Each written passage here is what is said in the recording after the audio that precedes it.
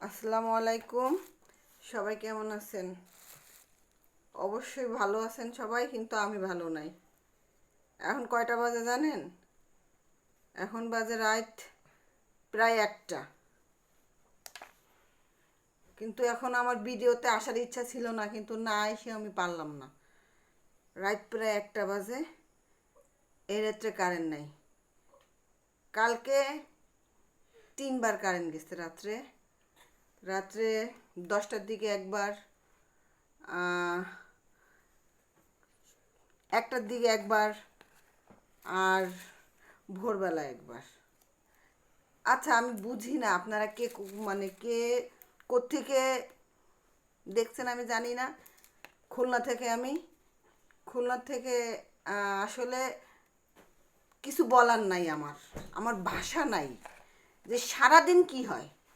সারাদিন কি হয়, দিনের বেলা কারেন্টটা নিয়ে যাইতে কি হয়, রাত 1টার সময় কারেন্ট নিয়ে যাবে, রাত 1টার সময় কারেন্ট নিয়ে যাবে, প্রত্যেকটা মানুষের ঘুম হারাম করে দিয়ে। কেন রাত 1টার সময় কারেন্ট নেওয়ার কী দরকার? ঠিক আছে, আমার লোডশেডিং করতে হবে, কিন্তু রাত্রে কেন, রাত 1টার সময় কেন?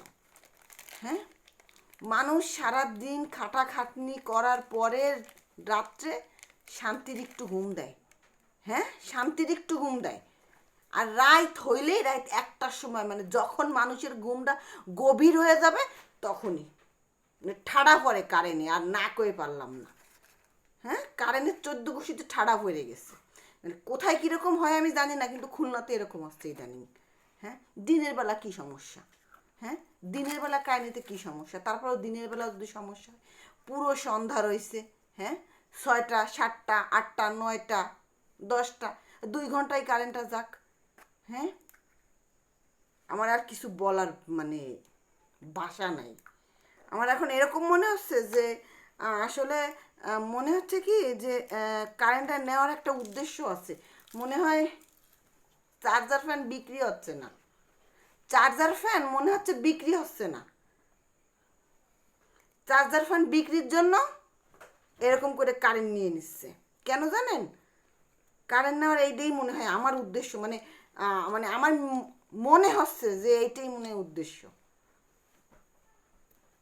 যে কারেন্টটা চলে যাবে, চলে যাওয়ার পরপরই মানুষ গরমে হুতাশ হয়ে যাবে। রাত্রে 2 বার 3বার কারেন্ট যাবে, মানুষ হুতাশ হয়ে যাবে। এবার কি চাও?